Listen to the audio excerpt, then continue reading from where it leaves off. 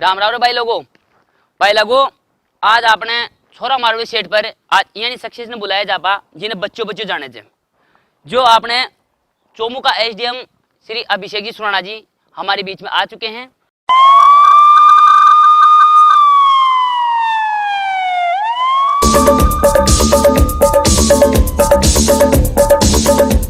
तो जोरदार तालियों के साथ उनका स्वागत किया जाए। आइए सर।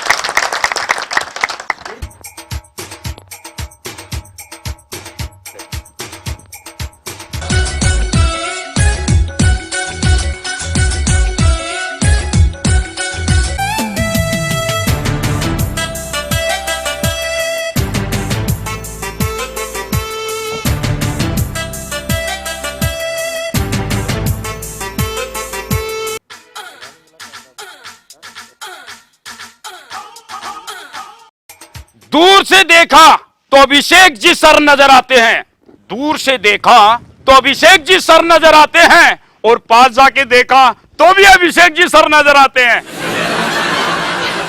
अजी साहब को तापतरी है यहाँ से कि ये छोटी सी उम्र का मायने उप जिला कलेक्टर बनबो मामूली बात कौन छे। ए जिला का मायने भी राज करवाड़ा छी और जिला का मायने भी राज करवाड़ा छी। कौन का ही बात। वाह वाह बहुत बढ़िया। अरे तालियां तो बजा लो। वैसे भी जनता को एक प्रश्न है कि जो कोरोना काल को जो दौर चल रही थो भी दौर का मानते खाद्य वितरण की सामग्री जनता तक पहुंचाए थे, सैनिटाइज की व्यवस्था करवाई थे और इसके अलावा जो एक काम करवाया तो इसका मान थाने कई समस्या था के सामने आई तो भी को निवारण थे कई हिसाब से करया। देखिए कोरोना जब 20 मार्च आज अपन पूरा एक साल हो गया, आज 20 मार्च है। पिछली 20 मार्च को ही लॉकडाउन का घोषणा हुई थी, जनता कर्फ्यू की घोषणा हुई थी। 23 मार्च से लॉकडाउन लगा था, राजस्थान में सबसे पहले लगा था। उस समय मैं चोमू में नहीं पोस्टेड था, बीकानेर में पोस्टेड था। वहाँ पे भी एज ए एसडीएम एक बज्जू करके एक जगह है वहाँ पोस्टेड था। तो आप सभी को ध्यान होगा कि उस टाइम जब अचानक लॉकडाउन लगा तो कई लोग जो फैक्ट्री में काम करते थे, जो मजदूर किसानों के खेतों में जो काम करते थे पंजाब हरियाणा के, वो लोग वहाँ पे फंस गए थे। उनके जाने आने की सारी व्यवस्थाएं बंद हो गई जाते हैं। उन लोगों को कैसे एक तो खाद्यान्न पहुंचाया जाए, क्यों उन लोगों को फिर कहाँ रुकवाया जाए। और फिर चूंकि जब इतना पूरे देश में लॉकडाउन का खौफ, इतना ज़्यादा कोरोना का खौफ हो गया, तो वो भी बेचारे डरे हुए थे कि साहब हम इतने दूर से आए, वैसे ही गरीबी के मारे हम जीवन यापन करते हैं और अब कैसे आप हमें घर पहुँचाओगे। तो मुझे लगता है चोमू के अंदर भी उस टाइम ऐसा हुआ कि हर स्कूल के अंदर जो बड़ी सेकेंडरी स्कूल थी वहाँ पे कैंप बनाए गए थे। वहाँ बच्चों को जो मजदूर वगैरह थे, मजदूर वर्ग के लोगों को रखा गया था। मुझे याद है उस टाइम हमारे बीकानेर से जयपुर तक लोग इस सड़क पे इतना पैदल चलते हुए पाए गए थे। साइकिलों के माध्यम से लोग ये सोच रहे थे कि हम बिहार तक और उत्तर प्रदेश तक साइकिल चला के चले जाएंगे। साइकिलों से भी कई लोग जा रहे थे।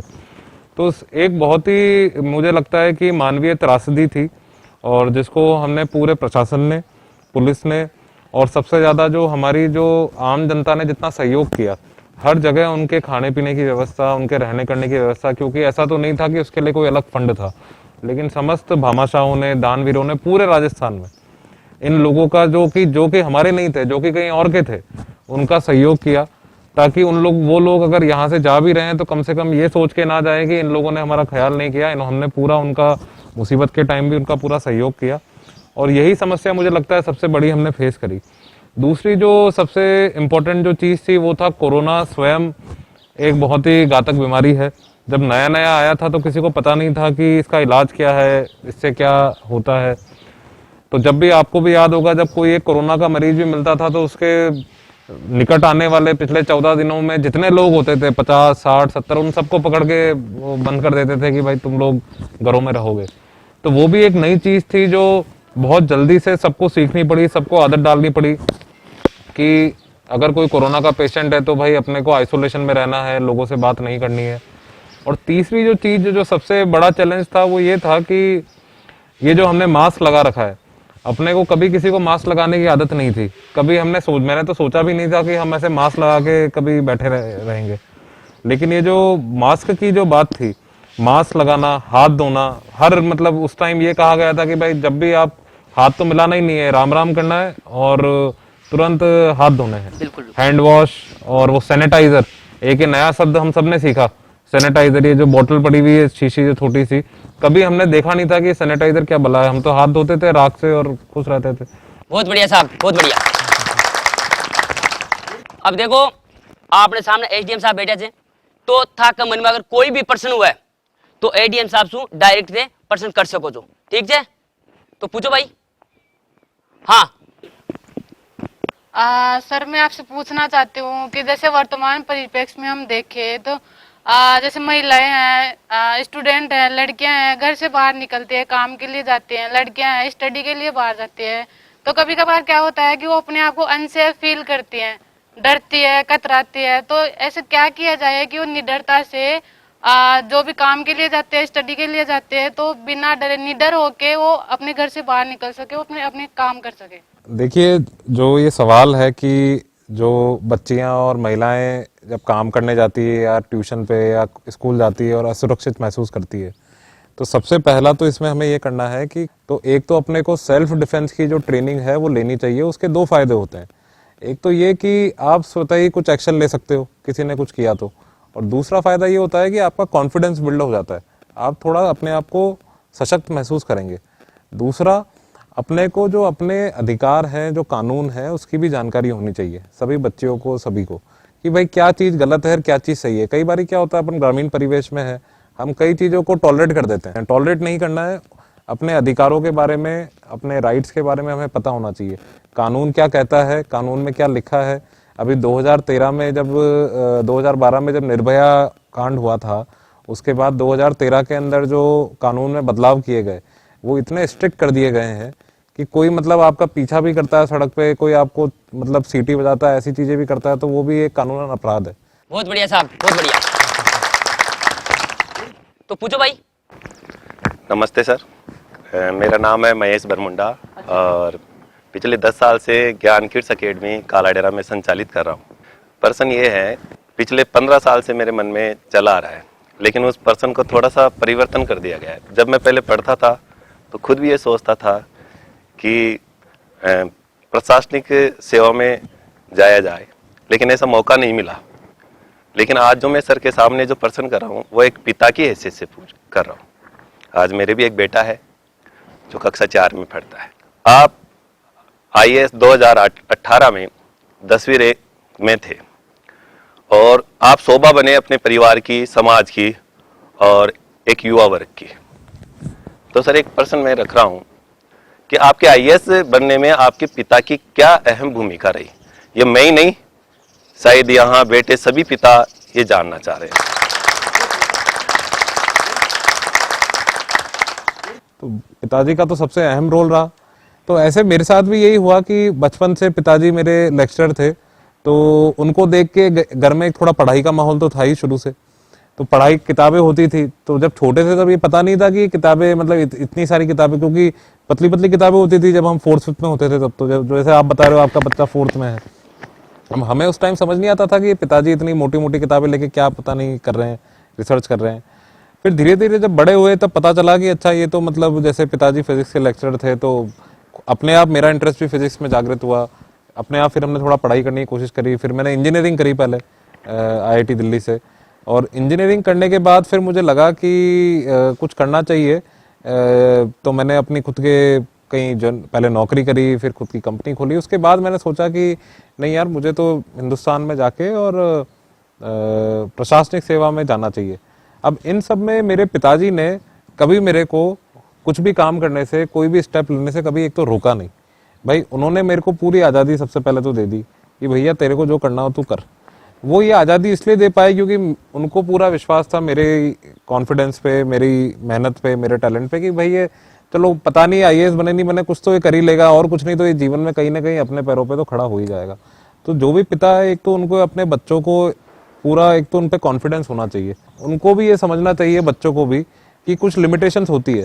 भाई अगर मैंने 2 साल IAS की तैयारी करी तो 2 साल मैंने नौकरी छोड़ रखी थी, तो 2 साल खर्चा पानी कहाँ से आया? घर वालों ने दिया ना। भाई अपन ये सोचे कि पैसे तो आते रहेंगे और अपन बस उड़ाते रहेंगे, तो ऐसे तो होता नहीं है।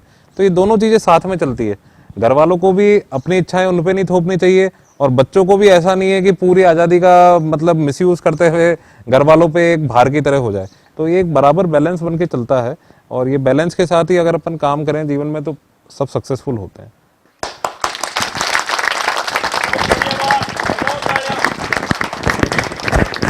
साहब एक जनता के मन में एक प्रश्न है जो मतलब ये होता है कि यहाँ 5 बर्तन जब बोल रही चबे तो 20 साहब सु दे मतलब ते दे घर गया हुआ है मतलब लुगाई के चिमटो लेकर भागी हुआ था की तरफ यहाँ ऐसा नहीं, तुम साहब आजम था कहीं बिल्कुल आ जाओ। कहीं कौन भागी साहब नहीं, और माँ कह तो लुगाई यानी जो चिमटो कहीं कढ़ाई फोकनी कांटी कहीं कहीं लेर भागे जाए बे साहब एक चीज बताओ जो एसडीएम बनोते मतलब इन पब्लिक में दिखाओ जो घर अभी ये चल जाएगी था कोई एसडीएम नहीं। ऐसा नहीं है नहीं है, बिल्कुल नहीं। मैं एक सवाल करना चाहूँ छू। देखो बात यह है कि मच्छर की आवाज कान में क्यों आवे? साहब बताओ ना साहब साहब भाई मैं सब तो देखो कांड ही सुना तो कांड में आवाज आए, अब थे नाक को सुनो आंख को सुनो तो आंख में आवाज आ जाए। दीवाना कहता है पागल समझता है। ये कमला तू ये काम करे क्यों जे जितने लोग पागल समझे हैं? सावन में भीगने का अपना एक अलग ही मजा है और इस आदमी से बात करना अपने आप में एक सजा है। बैठ कमला बैठ वो तो बना क्या बैठ जा। कमला देखिए कौन आया था आज आपने। कमला एक बात बताए तुमने तू पहले बिजली छोड़ दी वो करती है तू मतलब वो भीख मांगा अल्लाह के नाम पे दे दे रे बाबा रिपियो 2 रिपियो 54 98 तू मने दे लो तो तने भी दे लो भगवान कदा बस के नीचे तो कदा ट्रक के नीचे अथा गलत फहमी है। अच्छा इस आदमी से बात करना अपने आप में एक सजा है। वाह वाह वाह वाह वाह वाह कहीं गजब बोली कमला। मन मारो जी करे जी कितने एक फूल दे दियो और एक बढ़िया सी चाय बना ले पा दी तने फूल ही तो थारा काट फेंक दो हाथ रे फूल नर तने दोने ने जातरी दे जाए दे ले जे नहीं चली जाशु लियो कहीं कोने चली जाशु कहीं हो अटे बैठ दूं बैटरी खेद दूं कहीं हो मैं गयो नाइकन। अच्छा नाइकन गयो और 1900 एसडीएम साहब की गाड़ी निकली। अच्छा एसडीएम साहब की गाड़ी निकली हाँ। और मारे कहीं से पीछा भी अतराई था एक दो गई मैं फटाफट छोड़ मैंने अच्छा अब बात 5-10 मिनट में या 20 मिनट में या काल करवाने ला अच्छा। आधी कटार आगू मत मारे यहाँ सुनबा माई भाई एसडीएम साहब आया चा आमेर तहसील का छा कांडी चोंगू तहसील का छा तो भी कौन ध्यान हाँ ए यार पण बीम कारण को हाँ। आपा भी तो बढ़ना का चाक बढ़ना तहसील वेरी इंपोर्टेंट तहसील। वाह वाह वाह देख कमला देख ले मैं तो देख रही हूँ। शान को शक्ल को बांध रहा किस नकल को देख ले पूपा तेरे सामने बता दे जीता नहीं फूल ले जे बिन तो कुछ आज दियो को ने और जिन्हें नहीं दे पाओ जो बिने तू दे दियो। अरे तो दादा बिकन आयो तो जो कीजिए बंदार दूं काट दूं तुम्हारी हिम्मत से गई गलन गलन नोटा पर से बाको कौन संगी जाए कौन की मेहमान में जो एसडीएम साहब से एसडीएम साहब ने देनी चाहिए तन फूल गजब अरे वाह वाह अरे चारा क्या की बहुत बढ़िया गड़े तो चारा क्या चश्मा दे आओ और अरे हां जल्दी चारा क्या। अरे तो मारे एक चक्कर पड़ गो हां मारे चक्कर पड़ गो मैंने दिखी पहली आई एसडीएम साहब तो धुंधला धुंधला दिख रहा था। अच्छा हाँ अच्छा मतलब तो डायरेक्ट फॉक्शन है हाँ डायरेक्ट अब तो पच से तुनु बेटे जो बंदार जो जना पतो एसडीएम साहब दिखे जे हाँ चाय ले साहब साहब बढ़िया बढ़िया गर्मी से चाय वाय से काम कौन चल लो ठंडा भी ले रहा जो ठंडो बात फूल ले ली तो मैं तने ठंडो ही पा दे तो अब तने ठंडो हाँ पानी तो पाए को ना ये ठंडो पाओ लो मैंने। एसडीएम साहब मैं था तानी चाय को कॉफी ले रहा हूँ और ठंडो भी था तानी ले रहा हूँ अच्छा और गरम भी था तानी ले रहा एसडीएम हूँ साहब कॉपी का चक्कर में मत रही जो काड़ा हो जाओला है तो सही काड़ा। अरे सुने चायड़ा हेलो आदि मुझड़ा अरे ओए हाँ धीरे बोल अच्छा अरे डिस्टर्ब करते बीच बीच में कोई फोन पर भी बात नहीं करने देते। अच्छा कौन सी बात कर रही जो प्रधानमंत्री जी से बात हो रही है। अरे कुजात मजाक कर लिमिट के नहीं नहीं मजाक कौन है मैं बोल रहा था पहले कहा जब मैं 1 जगह तो काम करा था अच्छा अब कहा था कि माँ को एक पार्टनरी में हेलीकॉप्टर लियो तो अच्छा जो वो कहा बटे कटने जा रहा जब हाँ। जो वो कड़े पंचर हो जो फोन करे यार भाई स्टेपनी चेंज करवाओ ने जो दोनों भेजो छू अरे कुजात वो पिंचर कौन हुआ पिंचर कौन हुआ हाँ हाँ फिर टिंचर हो बोलो तो थारी सोनाल मनिया हो जे कि नहीं मनिया हो जे पुपा 10 रुपया पकड़ इकी बुराई करी यार। कोई पब्लिक में और भी साहब एसडीएम साहब से बात करबो चाहे तो पूछ सको साहब कोई प्रश्न सर। हाँ ताऊ जी। जो राज्य सरकार की जितनी भी जन कल्याणकारी योजनाएं हैं उनको लागू करने के लिए, पब्लिक तक पहुंचाने के लिए आप क्या प्रबंध करते हैं?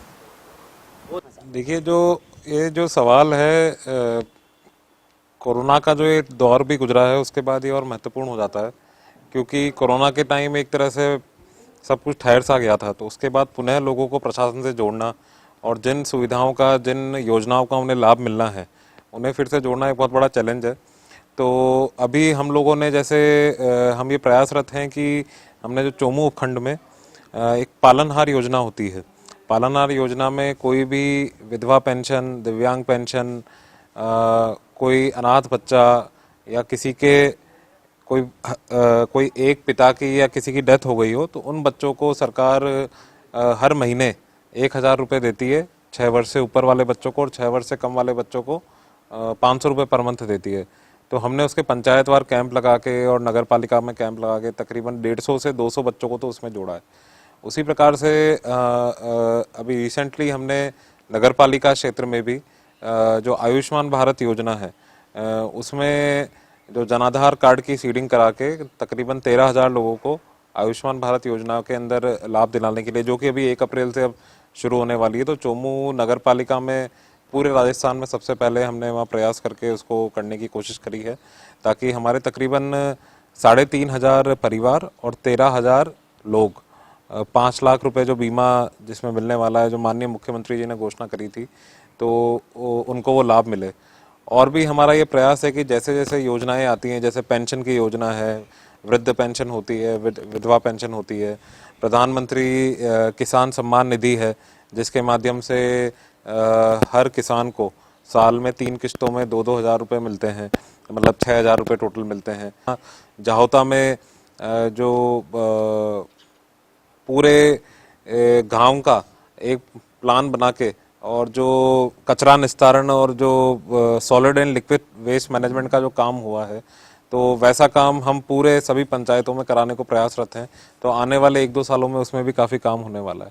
तो इस तरह से विभिन्न योजनाएं हैं जो समाज के अलग अलग वर्गों को अलग अलग तरीके से फ़ायदा पहुंचाती है, और हम प्रयासरत हैं कि सभी योजनाओं का लाभ पब्लिक तक पहुंचे और जितना उन्हें फ़ायदा मिले वो हम कोशिश करते हैं, पूरा प्रशासन उसमें कोशिश करता है। बहुत बढ़िया, बहुत बढ़िया।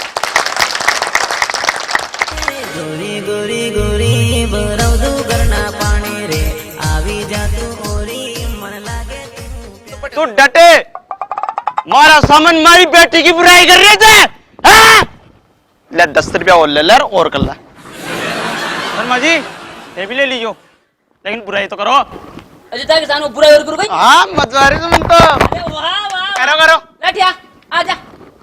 करा जाता है भाई, फूलिया का तो साथ पड़े था, सारा दे जो कितना पड़े थे। हाथों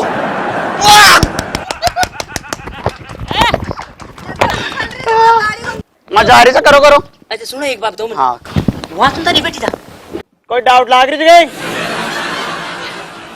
कौन है? यही का बाप घर का भी दिलन का ढाई थे। हाँ बड़ा डातावला था कि डातावला माँ की तो कुंडो, अब आज बढ़ली माँ की तो आई ते बच्ची तो नहीं, बच्चों ही रिया तो नहीं हाँ तू बताओ थे। अरे तू कोई आकाश, अरे सुन रहे हो, सुने बड़े आकाश में कोई लाग रही है तेरे को कनेक्शन? हाँ डायरेक्ट से डायरेक्ट कनेक्शन यहाँ डायरेक्ट। बताओ कशोक लग गया। अरे नौकर कौन रखा है? बैठ छोड़ो जाके बच्चों पढ़े लिखो शिक्षित 1 नंबर। पढ़ जा। हाँ कहाँ कर तू? मैं कर तू थे था कि बच्ची तो नहीं, बच्चों ही रिया तो पैर दी नहीं का नहीं भाई पिया छोड़ो तो बढ़िया से। नहीं ये हाँ। अरे सुन सुन हमारी बात। एक मुंह साफ करा बगाई को चाय आलो देखो, चाय पी थोड़ी पेट फुला। तो प्रधानमंत्री भी चाय आलो से समझ कोई बात नहीं। हाँ आप प्रधानमंत्री ने तो मंत्री लाग रही तो कौन तू अरे बैठो सुनो ज्यादा। हाँ अरे सुनो एक हाँ हाँ तू इन्हें ये घूम फिर देख रही है, ये तो को लग जाए तू कोई बोप होगा कड़े पाटा पाटी देखे जब ये चारी मेरे घूम रहे देखना पड़े से भाया, देखना पड़े से रिश्ता को मामलों से। तो रिश्ता ये देखे जब चारी मेरे घूम रहे तारीख को अलग सामने वाह यार अपना को अंदाजा लगे। तू सब देख रही है, एक बार बोल ले एक रात से तू देख ली मैं। आज देखी जाता था ना। अरे देख लो। अरे बेटी बेटी आ खत्म। आए आए आए आए राम रे आए आए मत ये खेल दियो आप आओ काय राम रे तू भी नाराज हो रही है दूसरा देख ले लाम देख तू देख बात कर देख दूसरा देख ले कौन चाहिए? कौन सा है दूसरा अरे गुजात आने मनका की जरूरत से डांडा की समझ तुम्हारी बात नहीं यार ये नहीं चाहिए हमें, इंसान चाहिए, आदमी। आदमी हाँ ये नहीं चाहिए।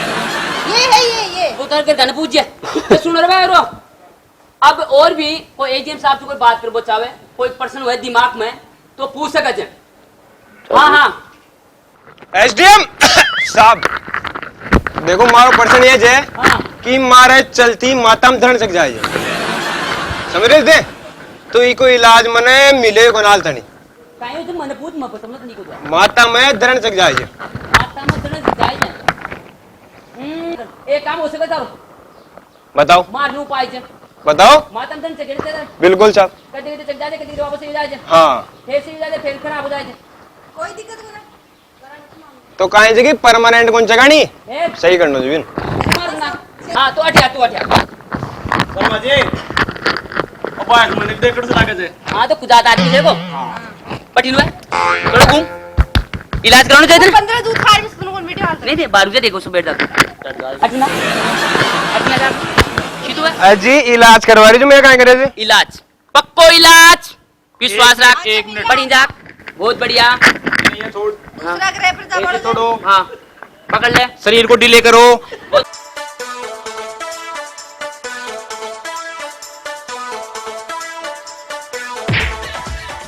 अब बता अठिया काल दोबारा होगी तो अब कौन अठिना एक बार और ले जा। अब बता क्या गई क्या महसूस कर रही हो छह को फायद दो चिंचिक सुख शांति से चेक ए बार हो गए फिर ए पूरी कर दियो नहीं सही होगी ओके फिर भी सही है वे फिर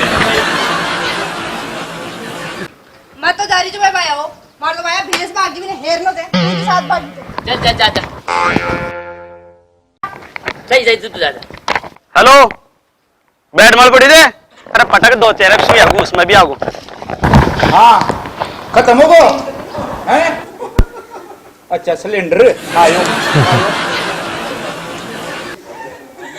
यहाँ सामा के से टीम कमान अब बताओ खत्म हो गो मारे टेंशन में तो कोई दादू खत्म हो गो बाद में पड़ेगी सिलेंडर खत्म हो जाए एक क्वेश्चन और जा आपनो कि और जो बुजुर्ग के जो टीकाकरण को काम हो रही है जो टीकाकरण लाग रहा है तो इको था वो काई प्रयास सही कमाड़ा कि जनता ने काई क्या बचाओ ई कमाड़ा अब ये सभी 60 साल से जो बुजुर्ग जो लोग हैं उन सब के अब टीका लग रहा है सरकार मुफ्त में टीका लगा रही है और 45 से 60 साल वालों के लिए जो इनको कोई बीमारी है वो अपना सरकारी डॉक्टर उसको वेरीफाई करते हैं और टीका लग रहा है तो ये टीका अभी तो लग रहा है मुफ्त में और सरकारी में लग रहा है मुफ्त में प्राइवेट वालों में जाओगे तो आपके 250 रुपए एक डोज का 250 रुपए वो लोग लेंगे तो अपने को ज्यादा से ज्यादा लोगों को 60 साल से बुजुर्ग जो लोग हैं सबसे पहले उनको सबको टीकाकरण कराना है सारे सरकारी जितने भी अफसर हैं जितने कर्मचारी हैं पटवारी ग्राम सेवक पुलिस वाले सबने टीका लगवा लिया किसी के कोई बीमारी सिमारी कुछ नहीं हुई कोई उस टीके से मरा नहीं कोई उस टीके से बुखार वगैरह कुछ नहीं होता चाहे वो कोविशील्ड लगा लो और चाहे कोवैक्सीन लगा लो और जो भी लगा लो जितने भी अपने सामुदायिक स्वास्थ्य केंद्र है प्राथमिक स्वास्थ्य केंद्र है वहां पे टीकाकरण हो रहा है तो आपकी पंचायत के अंदर जो भी पीएससी या सीएससी जो भी लगती है वहां आप जाओ गुरुवार और रविवार इन दोनों दिनों को छोड़ के बाकी 5 दिन शनिवार को भी जैसे आज भी आप जा सकते हो अपना बस कुछ नहीं एक आईडी कार्ड लेके जाना है जो आधार है या वोटर आईडी है या कुछ है और वहां जाके अपना एक टीका आज लगाना है एक टीका 28 दिन बाद लगेगा अब जो आदमी जितना देरी से पहला टीका लगाएगा उसका दूसरा टीका उतनी देरी से लगेगा अब आप रोज अखबार में पढ़ ही रहे हो किस तरह से कोरोना के केसेस बढ़ रहे हैं तो टीके लगाने के 2 फायदे हैं एक तो ये कि भाई कोरोना से बचाव हो सकता है अगर फिर से कोरोना बढ़ गया तो और दूसरा ये कि अगर जल्दी लगाया तो बाद में भीड़ भाड़ नहीं होगी क्योंकि बाद में जब कोरोना का ज्यादा कुछ हो गया तो हर आदमी कहेगा साहब टीका लगाओ फिर भीड़ इतनी हो जाएगी कि आपका नंबर आएगा नहीं आएगा सरकार टीका लगाए नहीं लगाए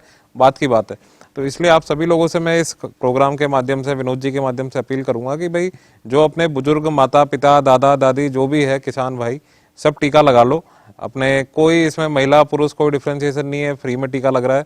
और 45 से 60 वाले भी जिसको डायबिटीज, हाइपरटेंशन, कोई भी बीमारी है, वो सरकारी डॉक्टर उसके साइन कर देगा, उसको वेरीफाई कर देगा, वो आपके डॉक्यूमेंट देख के अगर वो है सही में तो उसके भी टीका लग जाएगा।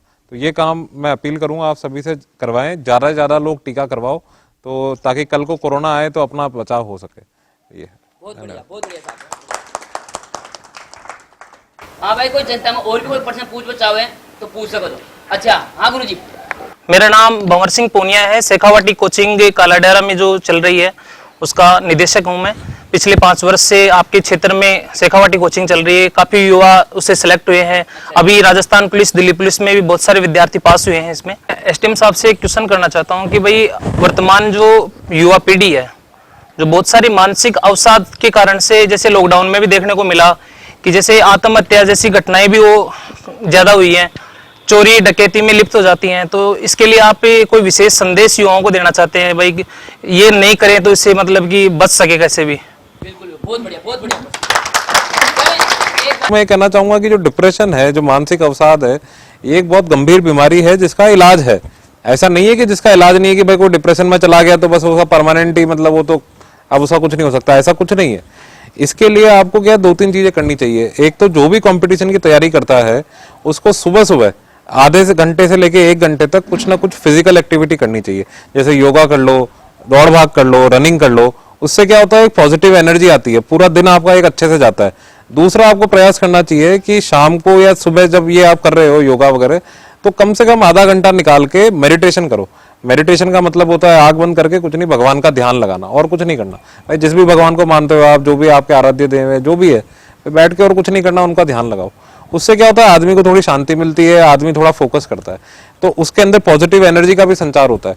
तो ये जो सब जो मानसिक अवसाद है, अलग अलग चीजें हैं, जैसे गुरुजी कह रहे थे अभी कि भाई कुछ बच्चे डाइवर्ट हो गए, चोरी चकारी की घटनाएं बढ़ गई, आत्महत्याएं बढ़ गई, ये सब चीजों से दूर जाने का यही तरीका है। कोई शॉर्टकट नहीं है कि साहब ये किताब पढ़ लोगे तो आपका ये नहीं होगा, ऐसा कोई शॉर्टकट नहीं है। धीरे धीरे आपको प्रयास करने पड़ेंगे। फिजिकल एक्टिविटी आप जरूर करें। कंपटीशन की जो भी तैयारी कर रहा है, चाहे वो 14 घंटे पढ़ता हो चाहे 16 घंटे पढ़ता हो, पर उसको अपने जीवन में कम से कम प्रतिदिन 1 घंटा निकाल के सुबह सुबह योगा है, ध्यान है, भाग दौड़ है, कुछ करो। अपने तो ग्रामीण परिवेश में वैसे भी अच्छा ही रहता है, घर में इतना काम रहता है, कोई भैंस को धो रहा है, कोई कुछ कर रहा है, कोई चारा काट रहा है, तो बहुत फिजिकल एक्टिविटी होती है। तो अपने को ये करने से क्या होता है, अंदर अपने जो हार्मोन्स वगैरह होते हैं पॉजिटिव वो चीजें जनरेट करते हैं, तो अपने को पॉजिटिव माइंड में चीजें आती है। तो वही तरीका है डिप्रेशन से निकलने का, और वही तरीका है गलत डायरेक्शन में जाने से रोकने का। मैं तो बस आप लोग एक ही प्लेज ले लो, सोशल मीडिया को छोड़ दो। जब तक आपका कुछ जीवन में अच्छा नहीं हो जाए, आप अपने लक्ष्य को ना पालो, सोशल मीडिया से थोड़ा दूर रहो। और दूसरा है कुछ फिजिकल एक्टिविटी वगैरह करो। तो ये जो डिप्रेशन वगैरह जो सब चीजें हैं, इनसे फिर भी कोई डिप्रेशन में चले जाता है तो वो उसका इलाज तो है ही, वो दवाइयाँ वगैरह जो भी है वो साइकेट्रिस्ट से कंसल्ट करके ले ही सकता है। लेकिन वहां तक जाने की जरूरत ही नहीं पड़ेगी अगर आप लोग थोड़ा कुछ एक्टिविटी करते रहेंगे। ये